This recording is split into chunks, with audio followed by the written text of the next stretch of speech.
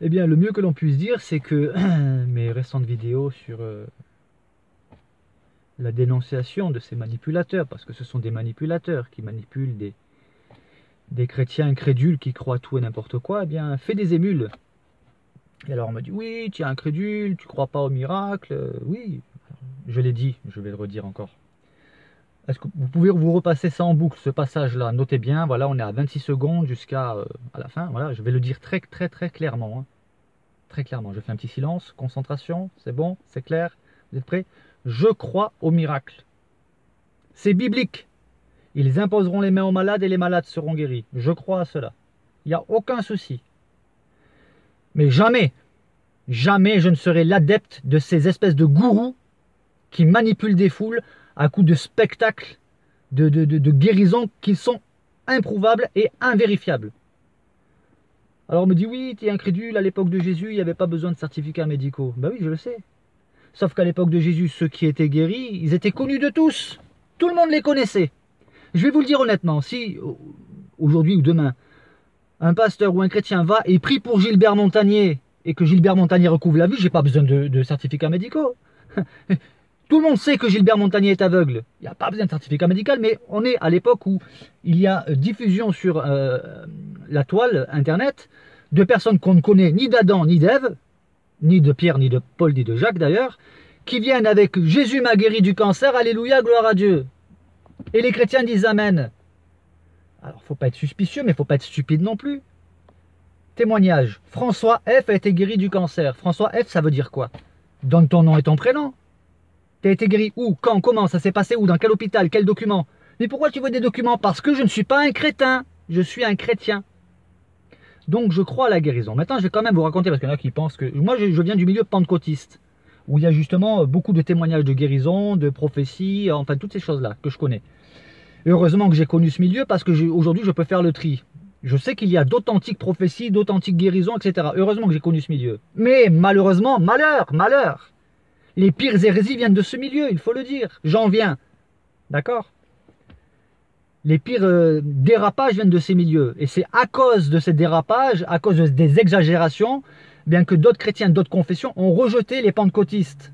C'est un manque d'équilibre parce qu'ils ne connaissent pas le milieu.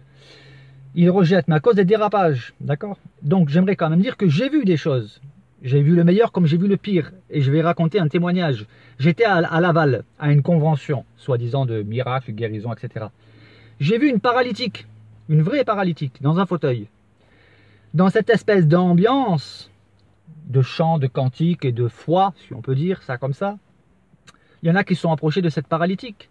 Ils ont prié pour elle pour qu'elle guérisse, et puis dans l'enthousiasme, ils l'ont fait lever, soutenu de chaque côté quand même, et elle a fait 3 pas, d'accord? Tout le monde a crié Alléluia, gloire à Dieu. Et aujourd'hui encore, je suis persuadé qu'il y a des chrétiens qui témoignent en disant qu'ils ont vu une paralytique marcher, d'accord? Donc elle a fait 3 pas, soutenue par une personne de chaque côté, ils l'ont remise dans le fauteuil, et on a crié au miracle.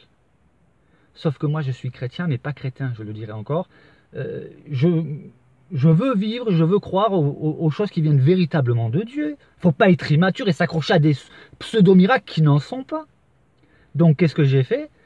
J'ai pris des renseignements par la suite, par quelqu'un qui la connaissait. J'ai dit alors, qu'en est-il? Parce qu'il y en a qui disent que la guérison, quelquefois, est progressive. Bon, je ne sais pas où ils ont vu ça dans la Bible. Oui, il y a eu des guérisons progressives, mais c'était dans un laps de temps relativement court. Jésus a guéri un aveugle, ça s'est fait progressivement en plusieurs étapes, mais voilà, ça n'a pas duré 3 semaines ni 3 mois. Mais bon, bref, il y en a qui disent que la guérison, des fois, ils l'apprennent par la foi, il faut que ça va venir progressivement, bref. Donc moi, j'ai pris des informations, j'ai dit, qu'en est-il de cette paralytique? Donc j'ai appris, on m'a informé que non seulement elle n'a plus jamais marché, même pas soutenue, d'accord? Et en plus ça, elle était décédée. Non mais ça, moi, ça me met hors de moi. On prend les gens pour des bananes, pour des courges, pour des clémentines, des mandarines, des poireaux, tout ce qu'on veut. Je suis dans les fruits et légumes là en ce moment. Mais voilà quoi, franchement, vous êtes chrétien, ça vous irrite pas, vous, qu'on fasse passer Jésus pour un gourou, qu'on veuille absolument forcer le miracle alors qu'il n'y en a pas.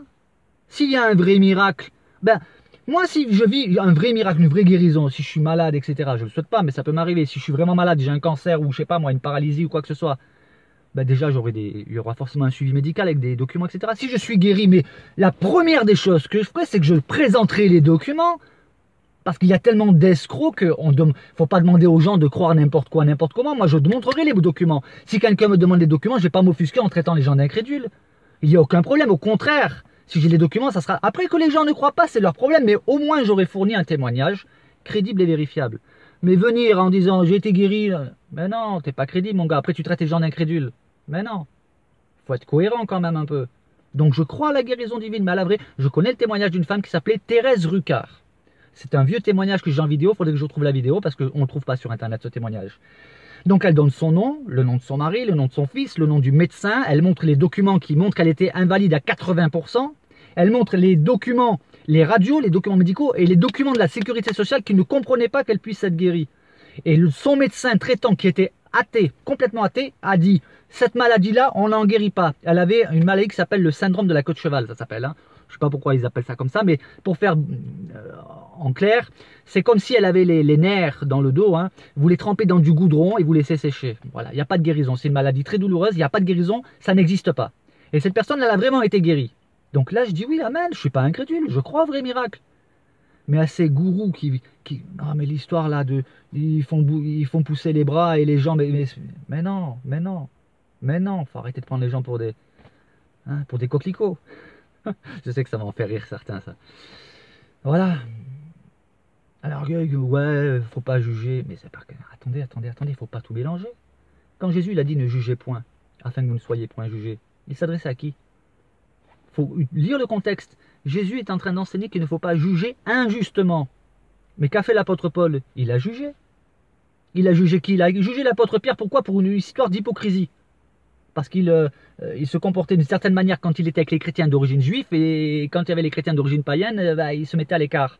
L'apôtre Paul l'a repris devant tout le monde, et en plus ça, il l'a raconté dans sa lettre, et tout le monde est au courant. Tous les chrétiens depuis cet épisode, de toute l'histoire de l'Église sont au courant que Pierre a été hypocrite. Et Pierre ne lui en a pas voulu, il s'est laissé reprendre. Soyons des chrétiens matures. Alors je passe pas mon temps à faire ça, mais régulièrement je vois des vidéos, alors on voit, on regarde, etc. Mais à un moment donné, faut dénoncer ces choses-là. Oui, mais vis-à-vis des gens qui ne sont pas chrétiens, t'en rajoutes. Mais ils les voient ces vidéos, les gens qui ne sont pas chrétiens, ils se moquent de nous. Ils se foutent de notre gueule.